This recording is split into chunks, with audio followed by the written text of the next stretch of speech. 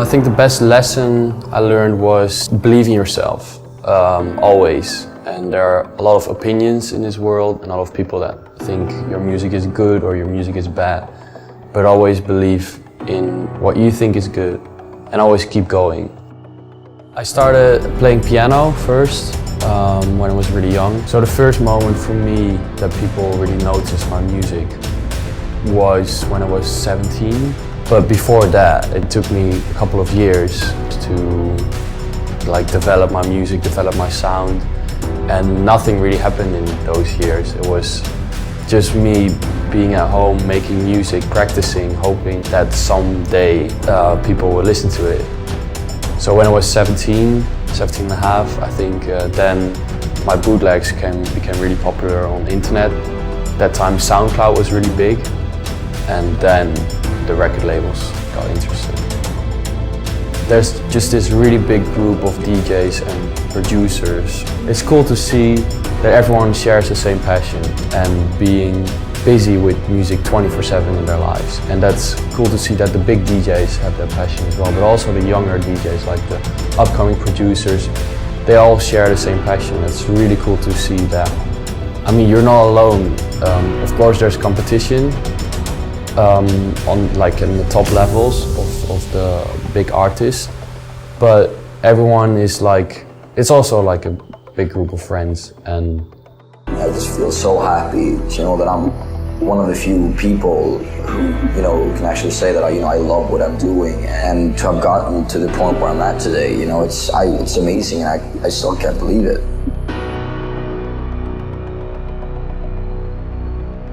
That's all about hard working, I think, and trusting in what you're doing. Because in the beginning, there were a lot of people like, Martin, you're too young, it's not gonna work. And also at my soccer team there, I was DJing, and then right now they're like, oh, dude, you're right. And I think that's the most important thing. If you believe in what you're doing, that's the most important thing. If you don't believe in what you're doing, you can give up. You don't have to put time and effort in it because it won't work. I couldn't afford it at that time, you know what I'm saying? And only furniture I had was records and my turntables. So I just, I was hustling. I used to make $100 a week, but I ain't never complained ever in my life. You know what I'm saying? Anybody that knows me, it's a special cloth. When I say that, I mean it for real. If I know you, I'm loyal to you in so many different ways, as long as there's respect. That's right. And positive. And I never complain. That's why when people complain, I get so mad at them. When I say mad, it's disappointed, because complaining is a setback for you. You should be finding a solution and progress and prosper. You know what I'm saying? And that's how I did my whole life. I worked hard, I'm self-made, and I ain't never stopping. I already made my mind up. I made my mind up about just everything about life, career, happiness, you know what I'm saying? Because every time I release something, there's a lot of people that has expectations to I hope they want the track to be good, and so it's definitely a little bit of pressure. But I don't think it really affects me that much when I make music, and then I make music because I love making music, and I don't really think about I hope people are gonna like it, obviously, but I mostly think that I want to make something that I'm proud of, and then something that's something I can be proud of, and it's the best song that I can possibly make,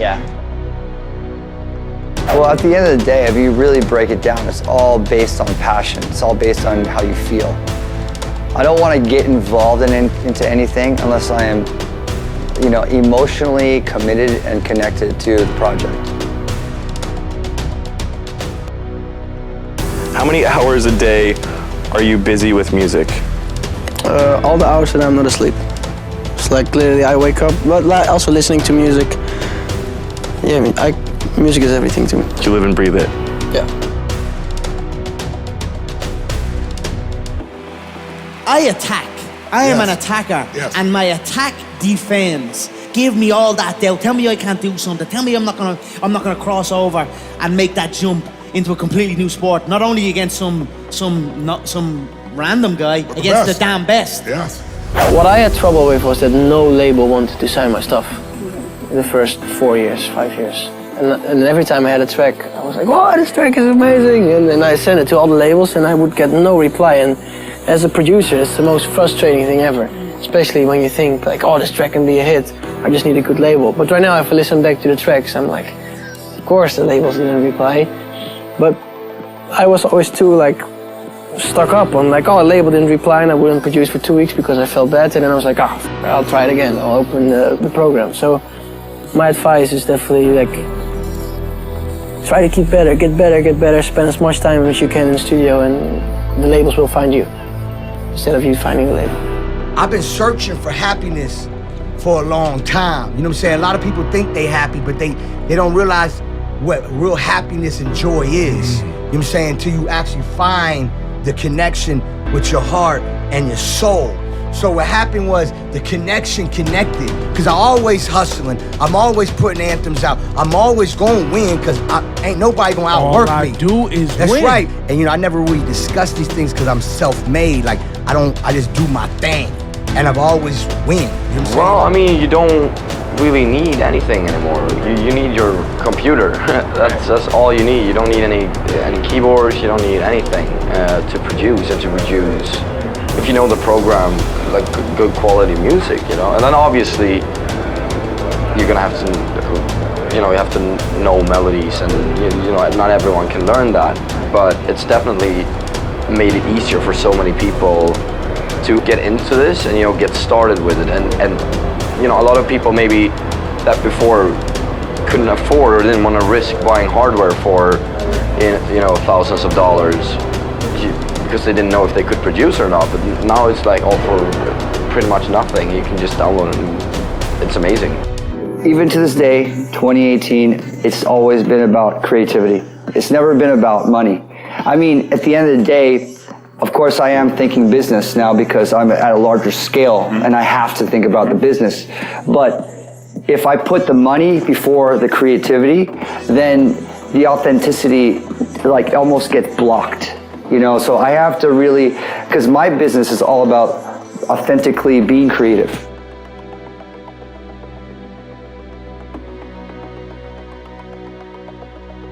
Let me tell you, all my prayers have been answered. You know what I'm saying? That's why I pray every second, every minute of the day. I want you to know this. I want the world to see this and feel this and hear this.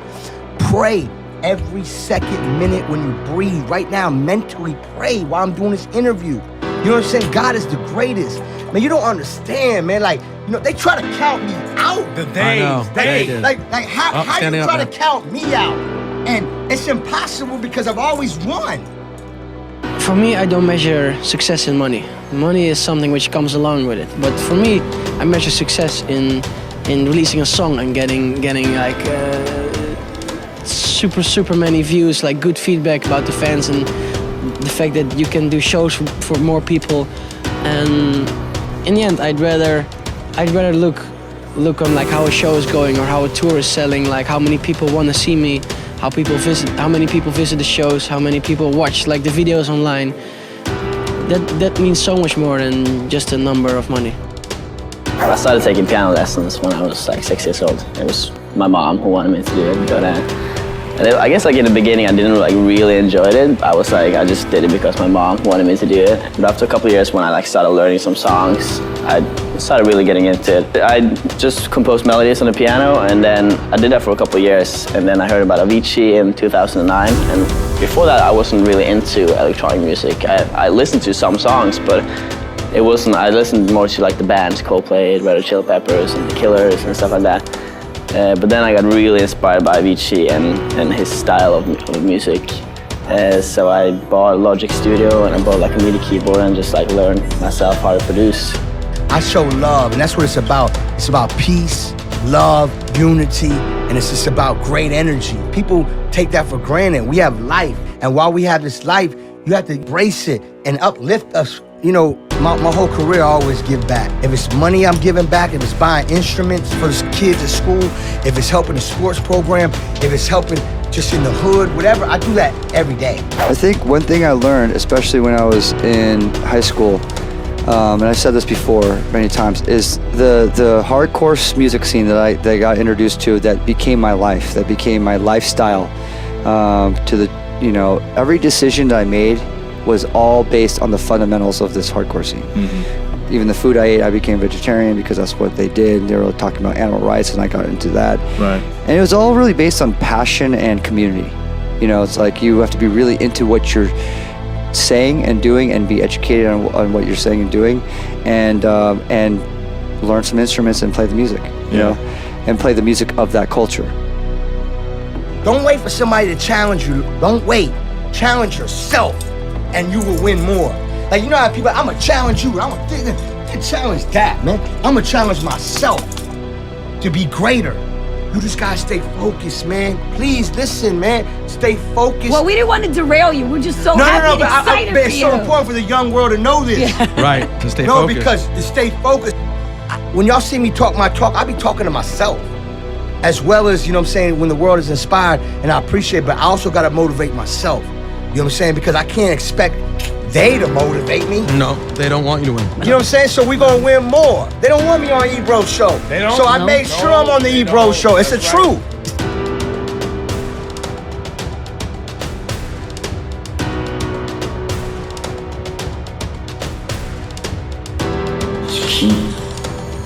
Keep doing it, keep building it for as long as I can, and for as long as I'm still loving it, you know, which is essentially what's been the most important thing for me since day one. It sounds so cheesy, but it's like follow your dreams. For me, I have 100% belief in if somebody really wants something and really is eager to work hard for it, you can make it happen, or you can at least be very, very close, you know? So, yeah, it sounds cheesy, but follow your dreams and spend as much time as you can trying to improve, get better, learn new things, and it's never too late to learn new things. And for me, still, every day I get to learn new things, and that's the fun thing. You never know everything.